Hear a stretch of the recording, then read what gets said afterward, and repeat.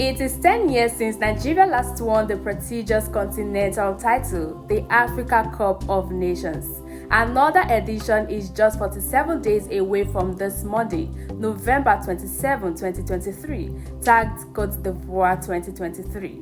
Nigeria Super Eagles are in Group A along with host Côte d'Ivoire and two of the three Guinea teams in the continent, Equatorial Guinea and Guinea-Bissau. In a normal equation, the Super Eagles are expected to rival along with hosts, take one of the group's two slots and advance to the knockout stage. Considering the Super Eagles match results in the last four matches since October, the signals are clear that nothing much should be expected. The team barely struggled to escape possible defeats against lowly ranked football teams such as Saudi Arabia, Mozambique, Lesotho and Zimbabwe.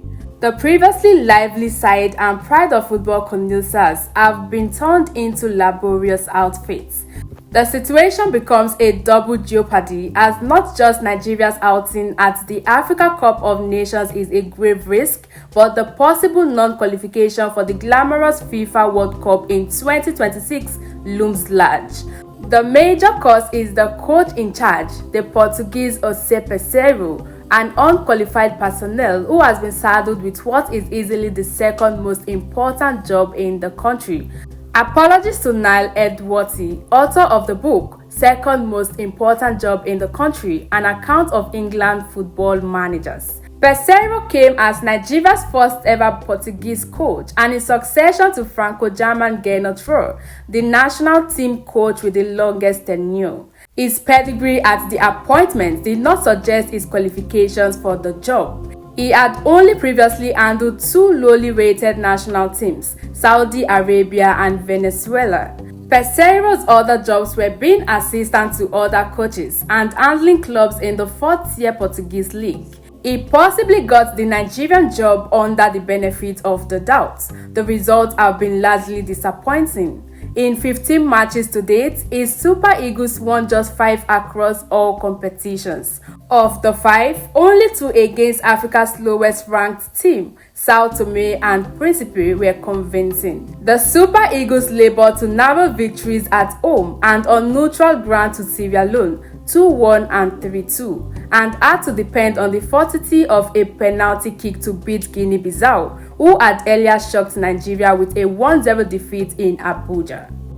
The benefit of the doubt probably explains why Peseiro was given the Super Eagles job, but performances have not squared with expectations. The latest results have cast doubt on the possibility of Nigeria navigating what should have been their easiest path ever to the World Cup. A supposedly easy task has turned into a Greek puzzle. For the first time ever, Lesotho got a point in an encounter with Super Eagles. So also was Zimbabwe, which only just returned to international football after being previously banned by FIFA. The two teams were supposed to be the softest of the 5 Nigeria who was supposed to face on the road to World Cup 2026. From the call-up to camp and deployment of players to the field, Peseiro got them all wrong. He invited some players that have been sidelined even by their lowly clubs. An example was Joe Aribo, who plays outside the English Premiership for Southampton in the lower division English Championship. Aribo has had mere cameo appearances for his lower division club, but found good enough for Nigeria's lead brand by Peseiro.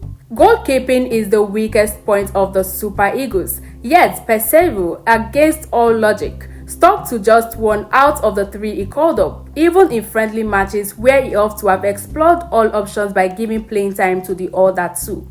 Taiwo Awoniyi, already injured and sidelined by his club, was called up by Peseiro, who also fielded him as a starter in a World Cup qualifier.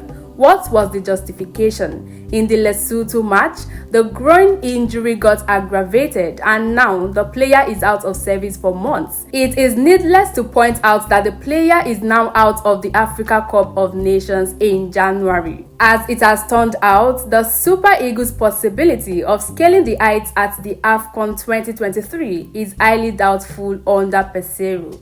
The Nigeria Football Federation may have to cough out some amount to terminate the short-term contract with Peseiro. This should not matter as the country stands to gain more from the termination of the contract, whose current validity is February 2024. Qualification for the World Cup guarantees the NFF at least $2 million.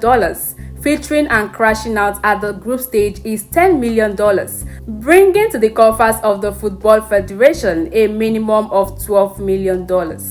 This and possibly more will only be realistic without the services of Peseiro.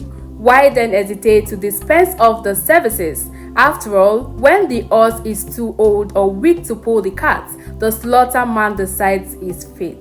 Looking at the antecedents, it is obvious that Peseiro did not have the right credentials to justify the conferment of the Super Eagles' responsibility on him. He came to Nigeria just to improve his deficient CV. He admitted in an interview with Sky Sports last month that he missed silverware in his career as a player and as coach. But he expects to win his first ever silverware by taking the Super Eagles to the Africa Cup of Nations in Cote d'Ivoire. How do you expect a man who cannot get to the top of Olúmọ Rock in Abeokuta to climb Mount Everest? Our expectations have reached a saturation point. No amount of planning and suggestion can improve Peseiro.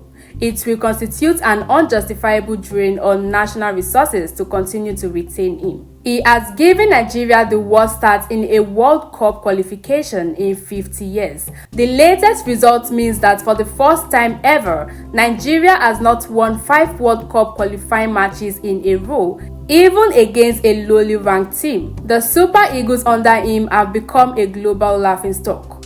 The only team his technical knowledge is capable of overcoming is Sao Tome and Principe, one of the lowest ranked teams in Africa.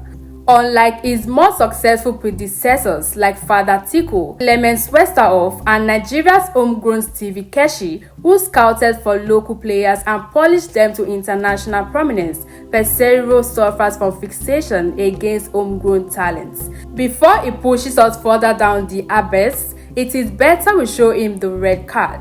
Without Peseiro, the Super Eagles can bounce back into international reckoning. Let's stop Peseiro before it destroys our precious national assets, the Super Eagles. Please subscribe to this channel, Newspop NG, for more updates. Like and share the video and drop your comments down in the comment section. I am Aderonke Oni. Thanks for watching.